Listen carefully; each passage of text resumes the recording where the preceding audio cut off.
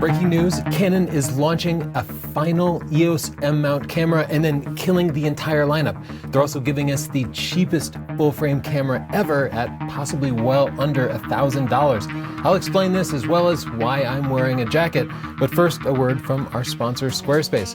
No matter what type of website you need, Squarespace makes it incredibly easy to set up. With just a few clicks, drag and drop your pictures in to make a beautiful portfolio website or a website for your restaurant or car dealership or law firm or whatever you need to identify yourself on the web. Social media isn't enough. It's filled with ads. You should control your presence and support your own personal sense of style with a Squarespace website. Try it out at squarespace.com/Tony, totally free for 14 days. When you love it, use the coupon code Tony and you'll get 10% off. Thanks, Squarespace. First of all, thanks to CanonRumors.com for providing these rumors. They actually have great integrity, and I trust this guy so much because not only does he openly talk about the Canon EOS R5 overheating, but he'll even badmouth the Tesla cars. That takes some guts to do. The first rumor that we have is that they're going to be launching a new full-frame camera priced less than the current EOS RP. Now, I think the EOS RP is like $1,300 MSRP, but it regularly sells for about $1,000. Even at $1,000, the EOS RP was a really good value. But Canon wants to bring this price point even lower, and I think it's an incredibly smart move. So how are they going to make a full-frame camera even less expensive? There's actually quite a bit that they can strip out of the 26 megapixel EOS RP. The first thing I would do is I would drop the megapixel count down to maybe 18 or 20 megapixels. I'm kind of feeling 18 because it's below that 20 megapixel barrier where it actually feels like less and might help push people up to the higher end cameras. I feel like they still have to give it this flip forward screen because so many buyers nowadays need a camera that can be used for stills, but also video. They could save some money by lowering the frames per second to 4 frames per second and only providing 1080p at 60 frames per second, just like this camera here, but they still have to give it a mic jack again because so many video creators are going to want this camera. Just like the RP, it should have a single card slot, but I think they will actually need to upgrade the radio to 5 gigahertz. How can they save some money? Well, they should take out the electronic viewfinder. Young creators never use it. They only use the rear screen, and this needs to be the target audience for this less expensive camera. Then, of course, no IBIS, which that doesn't have, but they can also take out the HDMI cable and not put a headphone jack in, and generally just use less expensive components. I think the MSRP for this body could be $900, but I would expect that price to fall off pretty quickly over the coming years. So as it sells in 2 years, it might actually be a $700 full frame camera, which starts to get it down into that entry level price point. I think they should also offer a new, less expensive kit lens. We've shown with the 600 and 800 millimeter f11 lenses that these cameras can autofocus with very high f-stop numbers. Thus, they could make an inexpensive lens with a small aperture, such as a 24-105 f5.6 to f8. Before you scoff, that's going to provide the same results you'd get with an APS-C camera and the APS-C kit lens, and plenty of people are happy with those. Now let's talk about the upcoming rumored M7 camera. This is not the same lens mount. This is the EOS M lens mount, which uses similar mirrorless lenses, but incompatible lenses. Canon Rumors is suggesting the price point is going to be about $1,600, and otherwise it's going to be basically the greatest APS-C camera you've ever seen. Think about the Canon 90D DSLR, but in a mirrorless format. That is 32 megapixels, perfect for places where you might want to crop, like sports and wildlife. They'll take their sensor stabilization from the R6 and put it into this body. So now you can hand hold or shoot handheld video with really still results. Put in an inexpensive viewfinder, the $2.36 million viewfinder, and 2 SD card slots, maybe even writing video to both, since I think this would be such a great creator's camera. They are saying 12 frames per second without AF, but shooting 4K 60 full width. Canon has proven this is possible with their R5 and R6, so why not bring it down into the EOS M lineup? Also give it slow motion at 1080 with 120 frames per second. That's 4 or 5 times slow motion. and give it Canon C-Log compatibility in case you want to use it as a crash camera, like a small camera that you might put in dangerous places in a production that was also using higher-end Canon cinema cameras. This would be an expensive APS-C camera, and it might seem a little weird that we're talking about a $1,600 APS-C camera and a $900 full-frame camera from the same camera company. Like, can't they get it straight? Aren't APS-C cameras supposed to be less expensive? Well, I think this is one final send-off for the EOS M platform, which Canon never really developed like they're developing the RF platform. The number of lenses is still embarrassingly small, and while we love the M50 for vlogging, we always lamented that there weren't more lenses for stills photographers to use to produce really striking results. There's a lot of confusion in Canon cameras and lenses right now as they manage 3 separate lens mounts: their DSLR lineup, the RF mirrorless lineup, and the M mirrorless lineup, and the varying amounts of compatibility between each of them.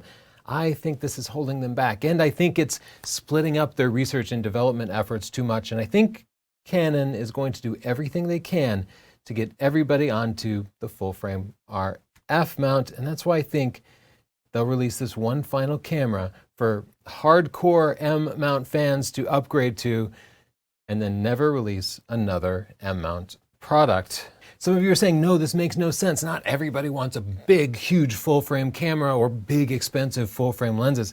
I'll explain this in just a second. First, I want to just show off the new version of the buying guide, which I've been working on for many weeks now. This includes our written reviews for things like the Canon R5 and R6 and Fujifilm X-T4, even the Panasonic S5.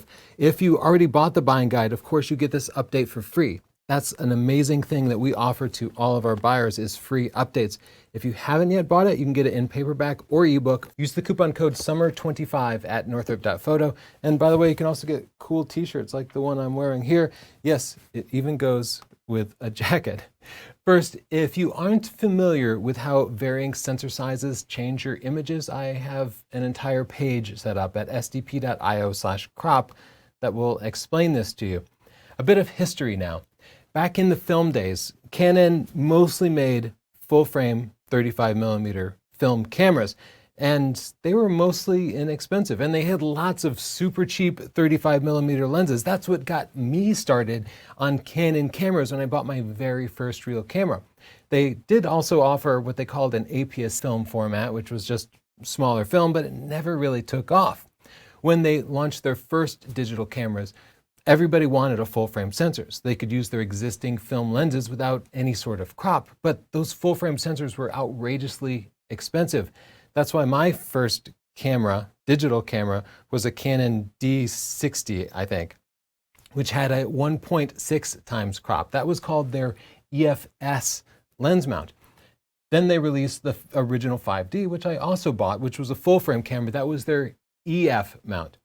Now, they had this weird compatibility between the two where you could buy APS-C lenses for your APS-C EFS cameras and they would be fine, but then you could not put those lenses on full-frame cameras.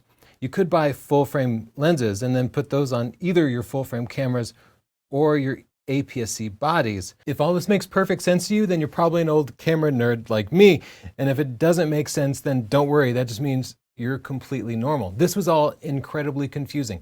And some of the most common questions I got were people confused about how to transition from their APS-C cameras to their full-frame cameras. People would say, I shoot concerts and I need better low-light performance than my Canon 80D. Which camera should I buy? Could I buy the Canon 6D and then use all my existing lenses? And the answer would be no, unless they'd been buying full-frame lenses, and then yes, they could. And then people would say, okay, if I have to sell my APS-C body and my APS-C lenses, then I might as well just switch to Sony or another platform. And then Canon has kind of permanently lost that customer and that future revenue stream as they buy more accessories. When Canon went to mirrorless, they kind of changed everything. They first launched an APS-C M mount, which to this day is just APS-C. But then a couple of years ago, they launched the RF mount, which was full frame, but did not include compatibility with their APS-C M mount. And so now we still have the DSLR available in 2 sensor sizes, but then we have the mirrorless available in 2 sensor sizes, but with no cross compatibility. I talk to potential camera buyers all the time as I help people make buying choices through books like this. And one of the most common questions I've gotten in the past month: can I use the Canon 600 and 800 f11 on my Canon 90D? Can I use them on my EOS M50?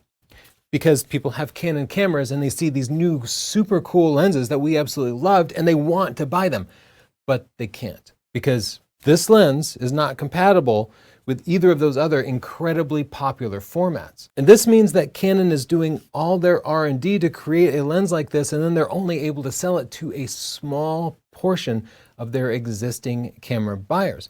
Now, there's 2 ways they could solve this. They could release these exact same lenses in an M mount. They could release it in a DSLR mount. That would actually work with their existing designs, but they're choosing not to do this. And I think the reason is they actually want to pull as many people as possible to the RF mount and then simplify their lineup by killing off both the EF DSLRs and the EOS M mount. There's a catch though. If Canon wants to get people shooting their RF mount, they need to have inexpensive cameras. Most people want to buy a $500 camera, not even a $900 camera. So how can they do that? In the past, they've always done this by offering $500 APS-C entry-level cameras. So why do I think they won't do that now? And that's what every manufacturer has done in the past. Well, first, this means that they then have to dedicate some portion of their R&D into developing these APS-C centric lenses. And they can do that, but that means that they'll be releasing APS-C lenses that aren't compatible with cameras like their EOS RP and all their existing cameras. And this creates a great deal of confusion.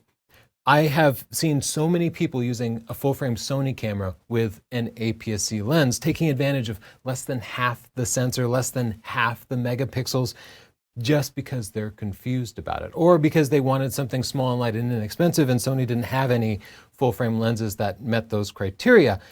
Dividing up the lens mount between multiple sensor sizes indeed creates a massive amount of confusion, not for you who watches YouTube videos about camera gear, but for the 99% of potential camera buyers out there who don't want to be an expert in camera gear, but just want to take great pictures.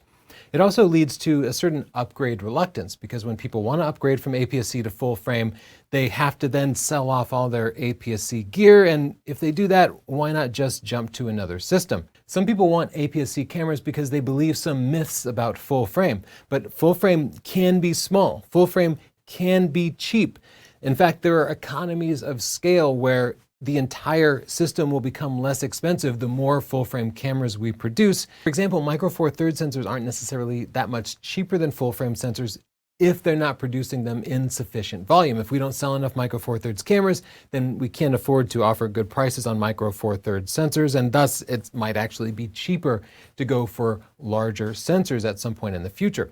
But these full-frame sensors also better differentiate themselves from the continuously improving smartphone world where computational photography is producing almost all of the effects of the bigger sensors. Thus, full-frame sensors are a little more future-proofed than smaller sensors would be. Canon Rumors is reporting that there's a patent for an 18-45 RF lens, and this sounds a lot like an APS-C lens, but I actually think it might be a full-frame lens. Did you watch our Panasonic S5 review? Maybe you saw me mention their new kit lens, which is 20 millimeters on the wide end. I think they did this because the smartphone generation is shooting photography closer and wants to be more wide angle. I think it makes perfect sense for a kit lens to be wider than 24 millimeters. So I think that's what Canon might be doing. And things like distortion that would have made it difficult can be corrected in camera now. In fact, that's what they do with their 24 to 240 millimeter lens. So my hunch is that that's actually a full frame lens. If this is true, then Canon's RF strategy is one mount, one sensor size. That means every lens is fully compatible with every camera with no penalty. You buy a Canon RF camera, you can just use any new lens that comes out, and you don't have to be a master of camera gear to understand that. They make f11 lenses with great autofocus now, which means they no longer have to make everything f5.6, and that is kind of what made full-frame lenses really large before. A good example of how small full-frame lenses can be are these new Samyang tiny full frame Sony lenses. Like, this is a 24mm full frame lens. That is just tiny, right? This is like micro 4/3 size. So forget the idea that full frame lenses have to be huge. In the comments down below, I'd like to hear your thoughts. Do you want Canon to keep making M-mount cameras forever? Or do you think maybe they have to focus their research and development and pull all their customers together onto a single mount to survive in a market that is continually shrinking? And thanks to our sponsor, Squarespace, which is the place to go for any type of website that you need to set up. Just head to squarespace.com/Tony. With a few clicks, a drag and a drop of customizations and choosing your template, like 15 minutes, you can have a gorgeous website up and running.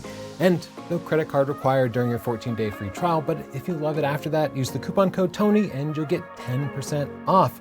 Thanks for making this kind of content possible, Squarespace. Their sponsorships really help us set up the studio, and they're what allow us to not take sponsorships from Canon, Nikon, Sony, and that allows us to provide you unbiased reviews. See how these sponsorships actually help create great content for you? Thanks, Squarespace, and thanks all of you for watching. Don't forget to subscribe. Bye.